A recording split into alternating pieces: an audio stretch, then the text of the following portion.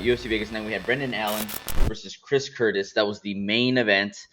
Going into this, not going to lie, Will, I saw the card and I was like, this might actually be a fun card. It was stacked with the names that were on the card. I was like, it Apex has standards. some potential. Apex standards are pretty low. So going into this one, yeah. Shout out Anonymous. Thank you for joining us. I know you're going to be interested in that one talk that we're going to be getting to later. What up, Anonymous? Hip on Anonymous? Hip hop Anonymous. Hey, Good shout out Ganskow. Got the story of the fight Hey, merch what up, on. Ganskow? I It's good love it. quality, is it not, Ganskow? The quality of that shirt, no. Very But yeah, breathable. Brendan Allen, Chris Curtis, the rematch, right? A short notice rematch. Chris Curtis came off the couch for this one. Brendan Allen surging, right? Yep. He's been on a roll lately. Yeah, I think going into this, who did you have? Because Chris Curtis won the first time, right? Finished him? Yes. I had Brendan Allen going into this one, actually. I think that overall, Brendan Allen's a more well-rounded fighter. Plus, Curtis didn't have very much of an opportunity to get ready for this one. I know that they had that first Yeah. matchup, and Curtis caught Brendan Allen, but I just didn't see it happening a second time.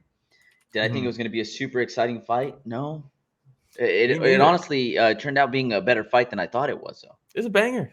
I really Yeah. enjoyed this fight. I've watched it like 3 times now because I don't know why. I was looking for one specific moment to get a screenshot of, and someone said it was in the second round, and I watched it 3 times. I'm like, where is? I don't see it. So I was like, now I don't know what round it was. So then I just rewatched every round multiple times. Finally found But it in the look, last round.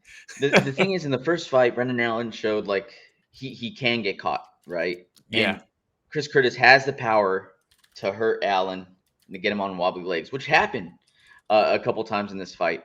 In the first round, Curtis caught Allen with the right hook 2 Yeah. times specifically, Thumbs where down. where I thought to myself, if he can get past this, we're probably going to go the entire 5 rounds. Right? Yeah, yeah. And he ate those shots really, really well. And I was like, okay, we're settling in here. It'll be a better fight than the last one. But then he ended up getting caught later on in the fight. Yeah, I think it was the third round where Chris Curtis clipped him with like a check hook, straight hook again. And Dude, that but final then the hook. way he did it, the hook to the body, and then the Yeah. hook up top, it was beautiful. And Yeah. Allen did a really good job of going for the takedown after that. Because if he would have, Yeah, that's the thing, dude. That's like, how many times have you seen a guy? Usually, it's who you're rooting for, and they get cracked and they're wobbly, and you're like, shoot, please shoot, stop trying to trade. You can't right now. And Brendan Allen didn't even think twice. Oh, I'm wobbled. I'm shooting on this takedown, and his entries are smart, very good. His entries are very smart. good. Yeah. He got Fight labored IQ really later good. on, but yeah, good fight IQ. There's some great pictures from this fight, dude. These guys were just trading with each other, trading, and I think part of that is because there were some moments where Chris Curtis got taken down. He gave up his bag, things like that. But for the most part, he was defending his takedowns really well. And then so many reversals in that body triangle, huh? Like 3 times, and then one time Brendan Allen's like, I know this dude's about to try to turn around, and then he caught him in the middle and then mounted him with it, which was really cool to see him not just get repeatedly reversed for the same reversal over and over. Well, he did, but at least he counted it once. But going into the 5th, I thought this fight was dead even. I had Brendan Allen round 1, Chris Curtis 2, Chris Curtis 3, Brendan Allen 4, and then the 5th round was the decider for me. And you know what? Like I said, I've watched it 3 times already.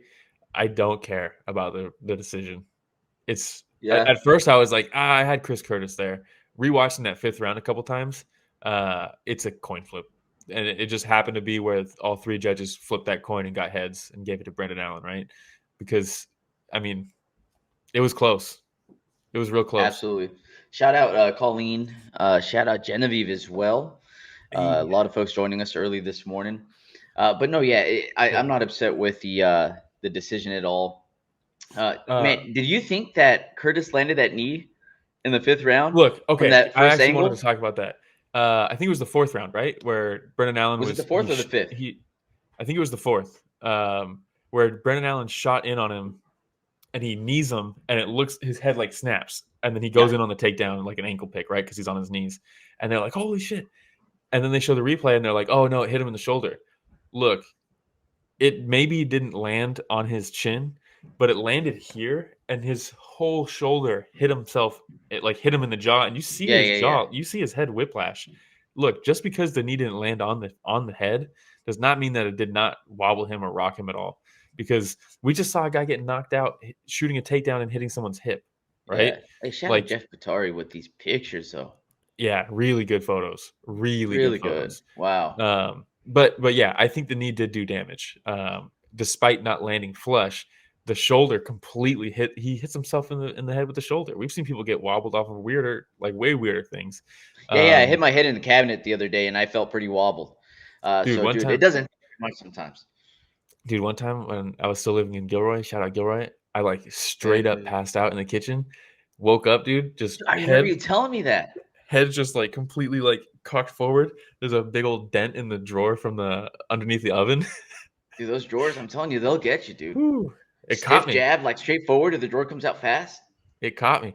But here's a picture of Chris Curtis. Probably tore his hamstring. He said it happened in the second round. Rewatching it, I don't see any specific moment where he winces or anything like that. But something that does happen multiple times in that second round, which I thought was a good weapon that Brendan Allen kind of ditched, was that the lead leg sidekick to the knee of Chris Curtis. There was a couple times he landed it in that second round where, dude, if you just go ahead, straighten your leg out and feel the stretch of your hamstring. If that gets hyperextended, all that does is pull more on your hamstring. So I wouldn't be surprised if it was one of those kicks that tweaked it a little bit in the second round. And then he hits him with that Suliev sweat stretch in the fifth round for like a split second, right? He tries to take his back. Chris Curtis is getting up. You can counter somebody getting up with you on your back by switching to that leg and pulling it up. It wouldn't surprise me if that aggravated it even more. And then that final takedown attempt where he tried to sprawl, it just tore on him. And I think, hey, how tough is he though, man? Because I think there was like 15 seconds left, and you see him kind of like limping back, and Allen just comes after him, and he's just trying to cover up as much as he can. I think that's what lost him the fight, to be honest. I think the last few seconds, all three judges. Yeah, because that fifth round is really close, but largely it was Brendan Allen shooting for takedowns, not getting them, and then slowly getting up, which is just not a good look to the judges. But the last 15 seconds matter the most for the judges, seemingly. And it looked like Chris Curtis was hurt up against the fence, and Brendan Allen was teeing off on him a little bit. I think that kind of swayed them, and that's what gave him the fight. Dude, and the agony of defeat. Like when you see, there's this one camera also physically shot. In pain. Yeah, there's this one camera shot where Eric Nixick is like carrying Chris Curtis off, and he's like puts his hand up, and he looks like he's about to start crying because he's in pain. He gave it his all, and then to hear that you lose by decision, that one right there. Yeah. Oh my God. Yeah. I didn't even know we had this picture up here. Great job, Rich, putting it up in like right in time. Hey, this was the card of hairlines, huh? Blunderbub says, did you guys think Curtis could have taken it by being a bit more aggressive, or do you think he would have got caught and dropped? I don't know. I thought there were some very clear rounds in this fight, and then there was one that was just so close. And it's hard to say you need to be more aggressive in the fifth, right? Just because you're so exhausted and stuff. But I think if he punished those failed takedown attempts more in the fifth round, I think he maybe would have taken that round. But that's always been Chris Curtis. He's always been not the most aggressive guy, and it's more so shoulder rolling and using those weaves to land his own body shots and things like that. So you kind of have to give him something to work off of, which Brendan Allen did. Brendan Allen's volume in this fight was very good. He threw a lot of punches. By the way, also have in my notes that Curtis did a really good job rolling with some of these punches early on. His shoulder rolls so second round was really good. Like you see Allen coming in with some long snapping straights, but it's like right at the end, right, where Curtis is turning with him. Now, as you get into the fourth and fifth round, and both of them are more tired, they're both just flat-footed, just throwing haymakers, dude. And I was like, oh, my God. Yeah, this was a banger, dude. This was a good fight. Really good fight. This would have been a lot better with the crowd, too. Oh, yeah. The crowd would have been loving this fight. There's another thing, too, actually. The commentators thought Brendan Allen got wobbled, but there was 3 times in this fight where Brendan Allen was circling along the cage and his foot got stuck in the gap between the mat and the fence. And the last time it happened, the commentators thought he got wobbled, but he just got stuck. And it happened multiple times this event. And it's like, did they mess up on the mat? Was there a bigger gap than normal between the fence and the mat? Because it was super weird. But yeah. All right. I don't know where I was going with that, but Ganscow says Curtis seems to fight a lot of close fights. He does. Do you think he's one of those fighters where maybe we just have to try a different camp, different gym, and see maybe there's just that one missing ingredient that he's not getting there? Maybe it's a great question from Ganscow. I think the past he's really struggled with guys who can who have it's super difficult technique to master, but some guys do. It's called circling to your left. Chris Curtis really has struggled with that in the past, where he just follows you. Remember the Jack Hermanson fight? He was just like furious the whole fight, and it's like, dude, he's lighting you up and then circling. Like, you need to cut him off. And in this fight, he did a pretty good job. To your left, he said. Yeah, really, it's a master move. But they teach only black belts know it. Black belt strikers. Black belt strikers. Yeah, but Chris Curtis did a very good job in this fight of cutting Brendan Allen off, because Brendan Allen was circling heavy earlier in the fight, and Chris Curtis kept cutting him off, and eventually he had to just stand and trade with him because he wasn't getting out like most people have been able to. So he's still improving, and this was no camp. He took this short notice. True, very true. Had a kid. Good point. Chilling. Good point. I mean, based off yesterday's performance, if he would have had a full training camp going into this, you feel like he would have probably won this? It just would have been different. Who knows what would have happened? Yeah. It just would have been different. He knocked him out the first time they fought, right? Yep. It was like a second round. Or I think he hurt him and then choked him out after that, I think. The old club and sub. That's Brendan Allen's specialty, huh?